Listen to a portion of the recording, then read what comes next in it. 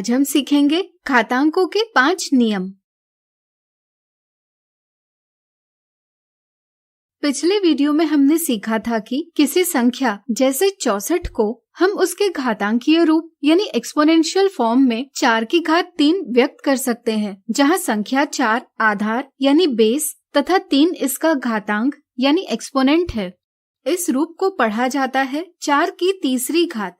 क्या आपको पता है इन रूपों के उपयोग से हम बड़ी गणितीय संक्रियाएं चुटकियों में हल कर सकते हैं, लेकिन इसके लिए हमें घातांकों के नियमों को अच्छे से जानना बेहद जरूरी है। तो आइए इन नियमों को समझें। चलिए जानते हैं एक ही आधार वाली घातों के गुणन का नियम।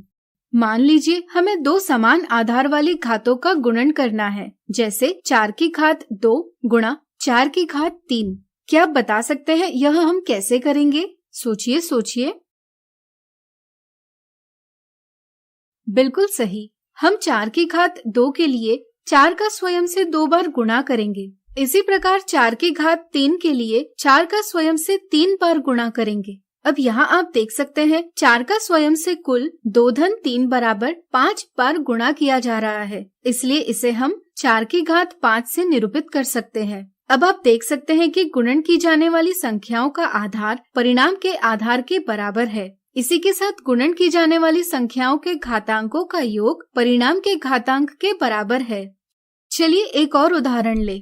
हम ऋण 4 की घात 5 गुणा ऋण 4 की घात 3 बराबर ऋण 4 की घात 8 लिख सकते हैं। यहाँ भी आप देख सकते हैं कि परिणाम का घातांक गुणन की जाने वाली संख्याओं के घातांकों का योग है। इन उदाहरणों के आधार पर क्या आप एक ही आधार वाली घातों के गुणन के लिए कोई व्यापक नियम बना सकते हैं? सोचिए। बिल्कुल सही, हम कह सकते हैं कि एक शून्यतर पूर्णांक यानी नॉन जीरो इंटीजर a तथा पूर्ण संख्याएं यानी होल नंबर्स m और n के लिए a की घात m गुणा a की घात n बराबर a की घात m धन n, यानी कि यदि गुणन की क्रिया में आधार समान हो तो हम सभी घातों का योग करके प्राप्त परिणाम को आधार की घात के रूप में लिखते हैं। अब चलिए जानते हैं एक ही आधार वाली घातों के विभाजन का नियम। चलिए 6 की घात 5 विभाजित 6 की घात 3 को सरल करें। 6 की घात 5 विभाजित 6 की घात 3 को हम अंश बटे हर के रूप में लिख सकते हैं। 6 की घात 5 होता है 6 का स्वयं से 5 बार गुणन और 6 की घात 3 होता है 6 का स्वयं से 3 बार गुणन। इसे हल करने पर हमें परिणाम प्राप्त होता है 6 गुणा 6 यानी कि 6 की दूसरी घात। अगर हम विभाजन की जाने वाली संख्याओं और परिणाम को देखें तो यह जाना जा सकता है कि परिणाम का घातांक विभाजन की जाने वाली संख्याओं के घातांकों के व्यवकलन का परिणाम है। आइए एक और उदाहरण ले। ऋण 8 की घात 7 विभाजित ऋण 8 की घात 2 को हम इस प्रकार सरल कर सकते हैं। इससे हमें परिणाम प्राप्त होता है ऋण 8 की घात 5। इसलिए व्यापक रूप में हम कह सकते हैं कि एक शून्यतर पूर्णांक a तथा पूर्ण संख्याएं m और n के लिए a की घात m विभाजित a की घात n बराबर a की घात m ऋण n, जहां m n से बड़ा है। यानी कि यदि विभाजन की क्रिया में आधार समान हो तो हम भाज्य यानी डिविडेंड की घात में से भाजक यानी डिवाइजर की घात को घटाते हैं और प्राप्त भागफल यानी कोशेंट को आधार की घात के रूप में लिखते हैं। क्या हम एक घात की घात ले सकते हैं? आइए पता करें। चलिए 4 की घात 2 गुणा 4 की घात 2 गुणा 4 की घात 2 को हल करें। एक ही आधार वाली घातों के गुणन के नियम के उपयोग से इसे हम 4 की घात 2 धन 2 धन 2 इस प्रकार लिख सकते हैं, जो बराबर होगा 4 की घात 6 के। लेकिन यहाँ अगर हम ध्यान से देखें तो 4 की घात 2 3 बार दोहराया गया है, इसलिए इसे ही हम 4 की घात 2 घात 3 लिख सकते हैं। इस तरह से हम कह सकते हैं कि 4 की घात 2 घात 3 बराबर 4 की घात 6। अब यहाँ आधार तो समान है, तो बताइए घातांकों में क्या संबंध होगा? सोचिए। बिल्कुल सही, यहाँ 2 गुणा 3 बराबर 6 होगा।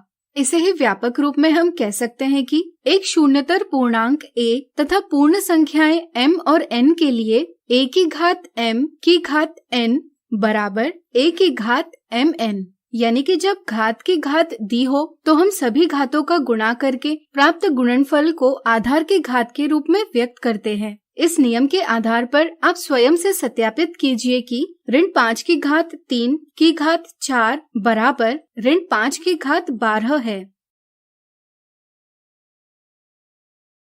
अब चलिए जानते हैं समान घातांकों वाले घातों के गुणन का नियम। मान लीजिए हमें 2 और 5 के गुणन की संयुक्त घात 3 को सरल करना है। चूँकि घातांक 3 है, इसलिए हम 2 गुणा 5 को 3 बार स्वयं से गुणा करेंगे। गुणन के क्रम विनिमेय गुण यानी कम्यूटेटिव प्रॉपर्टी एवं साहचर्य गुण यानी एसोसिएटिव प्रॉपर्टी के उपयोग से हम संख्याओं का क्रम और समूह बदल सकते हैं। इसलिए यहाँ हम संख्याओं को इस प्रकार व्यवस्थित करेंगे।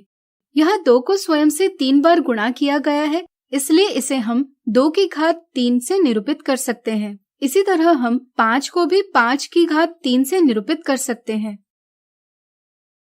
अब दाएं पक्ष और बाएं पक्ष को देखकर हम कह सकते हैं कि अगर a और b दोनों शून्यतर पूर्णांक है और m एक पूर्ण संख्या है, तब a और b के गुणन की संयुक्त घात m को a की घात m गुणा b की घात m के रूप में लिखा जा सकता है। यानी कि गुणन के लिए पदों की संयुक्त घात ही प्रत्येक पद की अलग घात होती है। हम यह भी कह सकते हैं कि कोष्ठक की घात ही अंदर लिखे सभी पदों की घात होती है।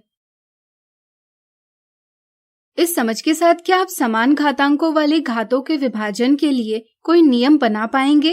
वीडियो रोककर प्रयास कीजिए। चलिए इसे समझें। मान लीजिए हमें 2/5 की घात 3 को सरल करना है। यहाँ 2/5 की घात 3 बराबर 2/5 गुणा 2/5 गुणा 2/5 लिखा जा सकता है। इसे ही हम 2 गुणा 2 गुणा 2 विभाजित 5 गुणा 5 गुणा 5 भी लिख सकते हैं, जिसे घातांकीय रूप में 2 की घात 3 विभाजित 5 की घात 3 लिखा जा सकता है। हम कह सकते हैं कि 2/5 की घात 3 बराबर 2 की घात 3 विभाजित 5 की घात 3 है। व्यापक रूप में अगर a और b दोनों शून्यतर पूर्णांक है और m एक पूर्ण संख्या, तब a और b के विभाजन की संयुक्त घात m को a की घात m विभाजित b की घात m के रूप में लिखा जा सकता है। यानी कि या हम कह सकते हैं कि a की घात m बटे b की घात m बराबर a बटे b की घात m है। यहाँ भी हम कह सकते हैं कि कोष्ठक की घात ही अंदर लिखे सभी पदों की घात होती है। यहाँ हमने इन सभी नियमों को दर्शाया है। वीडियो रोककर इन्हें एक बार जरूर पढ़ें। तो आज हमने सीखा घातांकों के 5 नियम। अगले वीडियो में कुछ उदाहरणों से इन्हें और अच्छे से जानेंगे।